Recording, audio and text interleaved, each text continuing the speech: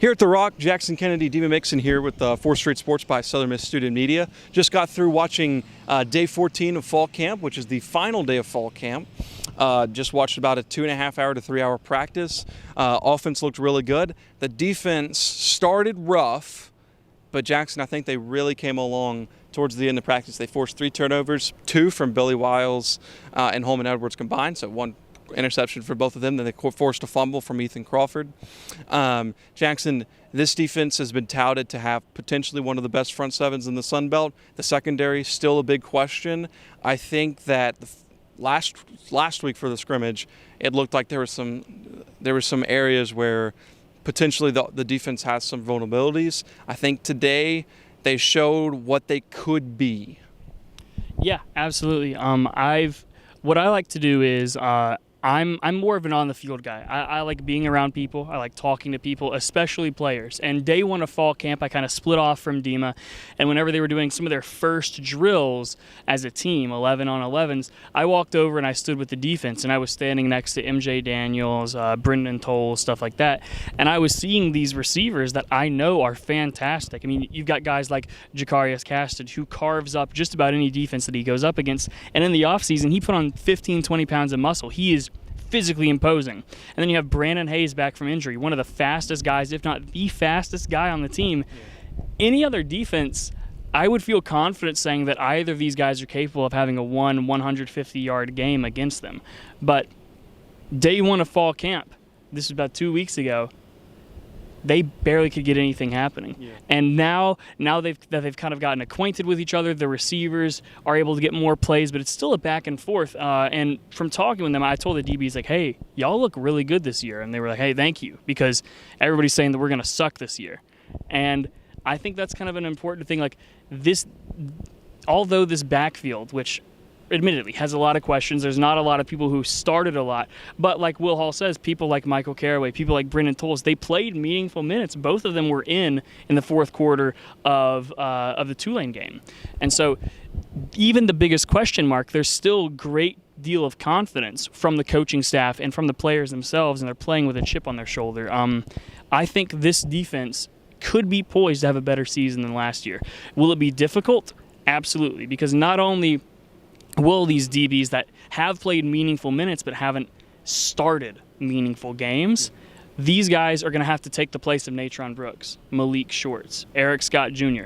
They're going to have to take the place of that, but they're also going to have to take the place of that against a far tougher schedule. This is the hardest schedule in the group of 5. So I think the defense is poised to do so, but we will have to wait and see if they are able to actually accomplish that against a much more difficult schedule. What are your thoughts?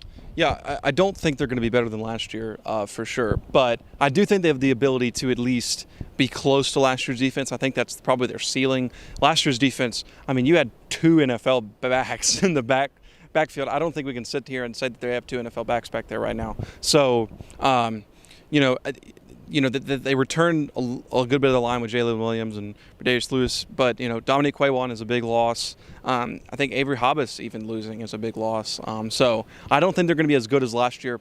And I go back to last week just because I think it was like the first time they've been on the field in a real live scrimmage like that.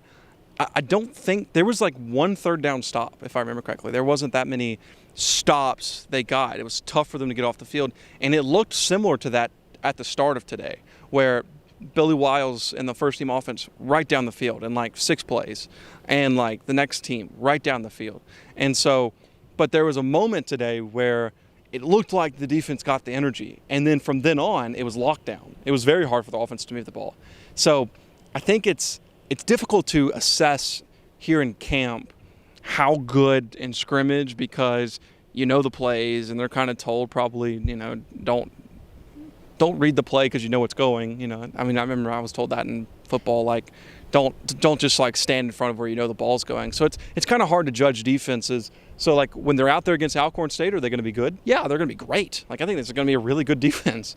Do I think they'll be at the level of last season? Probably not. But I do think they have the ability to be that. But I don't think they're going to be that way, at least starting off. And one other thing, I think the energy on the defense is a little bit different than last season's. I think like when Jay Stanley got that interception, or was it Jay Stanley? Yeah, Jay Stanley. Jay Stanley got that interception. Austin Armstrong, man, he would have been running down the sideline to go see Jay Stanley. I mean, in a practice. And nothing against Dan O'Brien. I think he's a terrific guy, probably really good, very, very good hire. But I just feel the energy is a little bit different. I mean, and it is two separate coaches, I understand. So I don't know. It's just like I feel like the energy is a little bit different than last year. And that's why I'm not yet sold they'll be as good as last season. But then again, it's a scrimmage, it's practice. It's really hard to tell. Yeah, no, I understand where you're coming from, especially because of the fact that, like, we don't know yet. We don't know. These guys, they know each other. They know each other's capabilities, and they know the routes they're going to be running. They know the playbook, all of this stuff.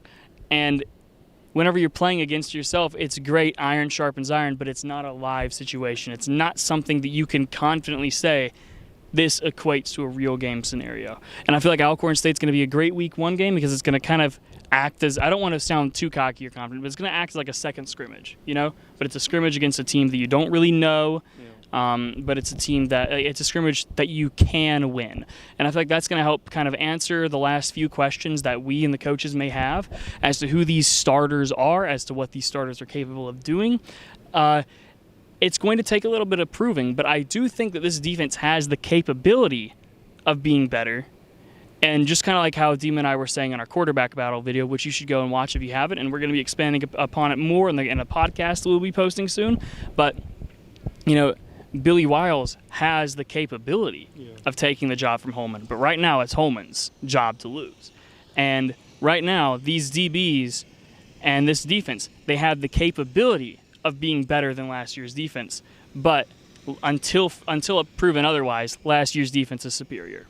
Yeah, I think that's a great way of summing it up, and a good analogy. So, a lot more of that to come on 4th Street Sports Show. You can get it wherever you get your podcasts. We'll have that uploaded sometime this afternoon, which we're doing this on Saturday, obviously. We'll also be back in studio on Monday at 5. So we'll catch us on WSM or live streaming on YouTube or in podcast form later. We'll have DC O'Brien on talking about football. We'll be welcoming in some new faces as well. So I'll be looking forward to that. A lot more on the show, a lot more on the site, sm2media.com. You can read all of our coverage there from fall camp. That's Jackson Kennedy. I'm Dima Mixon. Thanks for watching.